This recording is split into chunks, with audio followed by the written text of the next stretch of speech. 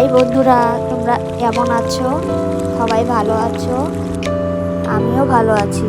আজকে মেনু নিয়ে চলে আসলাম কুমড়ো আলুর তরকারি।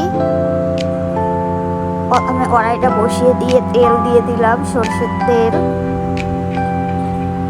এরপর কারি পাতা দিলাম। কারি পাতা দিয়ে কেউ কোনোদিন করেছো কিনা আমাকে কমেন্টে জানাবে।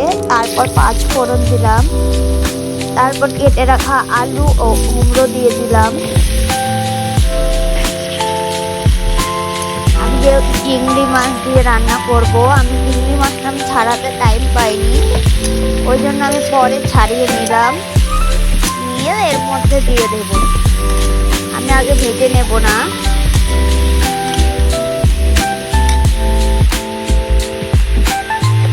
এর মধ্যে এবার লবণ দিয়ে দিলাম আর হলুদ পরিমাণ মতো দিয়ে ভালো করে নাড়াচাড়া করে নেব।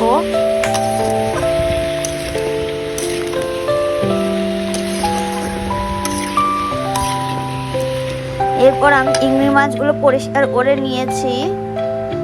এই চিংড়ি মাছগুলো এর মধ্যে দিয়ে দেব।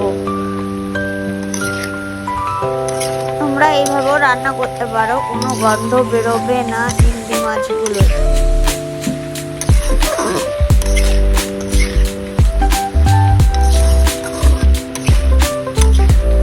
মাছগুলো ভাজা হয়ে যাবে। কুমড়ো থেকে জল ছেড়েছে আর অল্প অল্প সেদ্ধও হয়ে গেছে।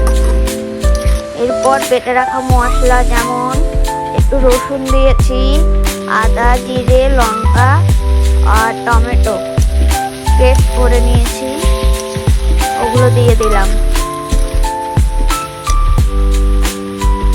এরপর ভালো করে নাড়াচাড়া করে মশলার গন্ধটা চলে গেলে অল্প জল দিয়ে দেব।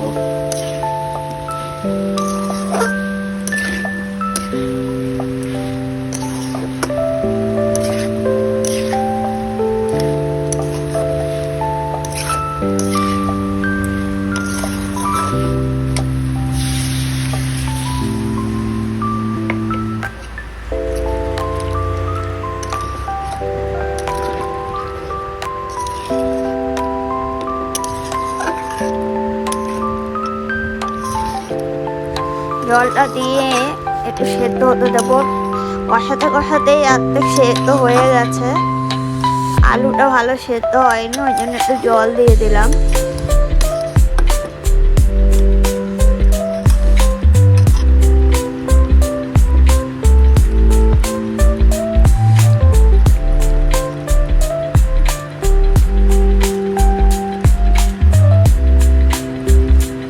তোমরা চাইলে এর মধ্যে একটু চিনিও দিতে পারো। যেহেতু কুমড়োটা মিষ্টি, ওই জন্য আমি চিনি দিলাম না, শুধু গরম মশলার গুঁড়ো দিয়ে নামিয়ে নেব। যেহেতু রুটি দিয়ে খাওয়া হবে, একটু এরকমই থাকবে। তোমরা চাইলে আরো শুকনো করে নিতে পারো।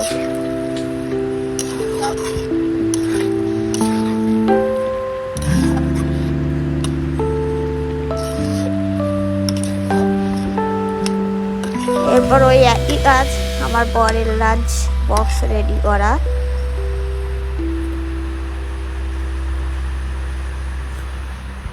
এইবার ওর লাঞ্চ বক্সটা নিয়ে নেব, নিয়ে দুই পাশে দিয়ে দেবো একই তরকারি।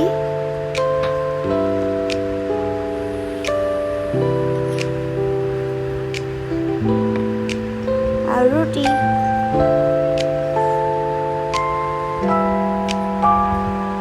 সবাইকে ধন্যবাদ আমার এই ভিডিওটা দেখার জন্য।